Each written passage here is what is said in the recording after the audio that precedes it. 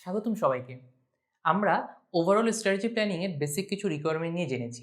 এখন আমরা জানবো কোনো স্পেসিফিক ক্যাম্পেইনের জন্য কোনো স্পেসিফিক রিকোয়ারমেন্ট আছে কিনা সেটা নিয়ে।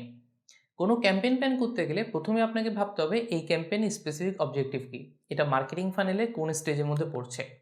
অবজেক্টিভ সেট করার পর ভাবতে হবে আপনার এই ক্যাম্পেইনটির জন্য স্পেসিফিক কোনো অফার আছে কিনা বা অডিয়েন্সকে স্পেসিফিক কোনো কমিউনিকেশন মেসেজ দিতে চান কিনা। যেমন গ্রামীণফোন অনলাইন হ্যারাসিং বা সাইবার ক্রাইম নিয়ে একটা ক্যাম্পেইন করেছিল। সেখানে কোনো সেলস অফার ছিল না, কিন্তু বিভিন্ন কমিউনিকেশন ম্যাটেরিয়ালের মাধ্যমে স্পেসিফিক একটা মেসেজ পৌঁছে দিতে চেয়েছে তারা সবার কাছে। আবার দারাজ 1111 ক্যাম্পেইনে কিছু স্পেশাল ডিসকাউন্ট অফার করে। সো এক একটা ক্যাম্পেইনের এরকম স্পেসিফিক কিছু রিকোয়ারমেন্ট থাকতেই পারে। এরপর চিন্তা করতে হবে কনটেক্সট নিয়ে, অর্থাৎ অকেশন বা সিচুয়েশন বা এনভায়রনমেন্ট নিয়ে। যেমন এবারের ঈদের সময় তীব্র গরম আবহাওয়া থাকবে। সো ঈদ এবং গরম এই দুটো ব্যাপারকে একসাথে মাথায় রেখে আপনি ক্যাম্পেইন প্ল্যান করতে পারেন। এরপর ক্যাম্পেইনের জন্য কমিউনিকেশন ল্যাঙ্গুয়েজ কী হবে সেটা ঠিক করতে হবে। এটা অবশ্য আপনার ব্র্যান্ড গাইডলাইনের সাথে মিল রেখে করতে পারেন। অর্থাৎ ফর্মাল টোনে যাবেন নাকি ইনফর্মাল টোন সেট করবেন সেটা ভেবে নিতে হবে আগেই।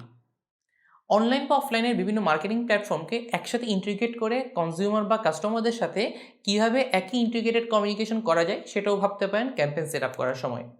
এরপর ভাবতে পারেন কন্টেন্ট ফরম্যাট নিয়ে।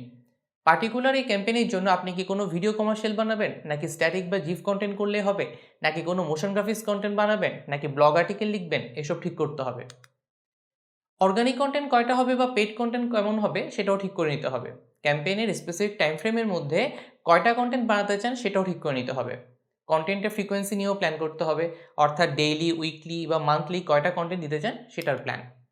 এরপরে পার্টিকুলার ক্যাম্পেইনের জন্য কত বাজেট অ্যালোকেশন করতে যাচ্ছেন সেটা ঠিক করতে হবে।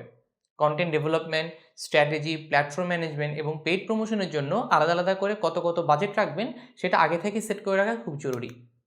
বাজেট সেট করার পাশাপাশি এক্সপেক্টেড আউটকাম বা রেজাল্ট নিয়েও কিন্তু একটা ক্লিয়ার আইডিয়া থাকতে হবে। অর্থাৎ আপনি এই ক্যাম্পেইন শেষে কোন কোন রেজাল্ট বা কেপিআই মেজার করতে চান সেটা যদি আগে থেকেই ঠিক করে রাখেন, তাহলে আপনার ক্যাম্পেইন সফল হলো কিনা সেটা বুঝতে ইজিয়ার হবে। এই কেপিআই হতে পারে অডিয়েন্স রিচ বা এনগেজমেন্ট।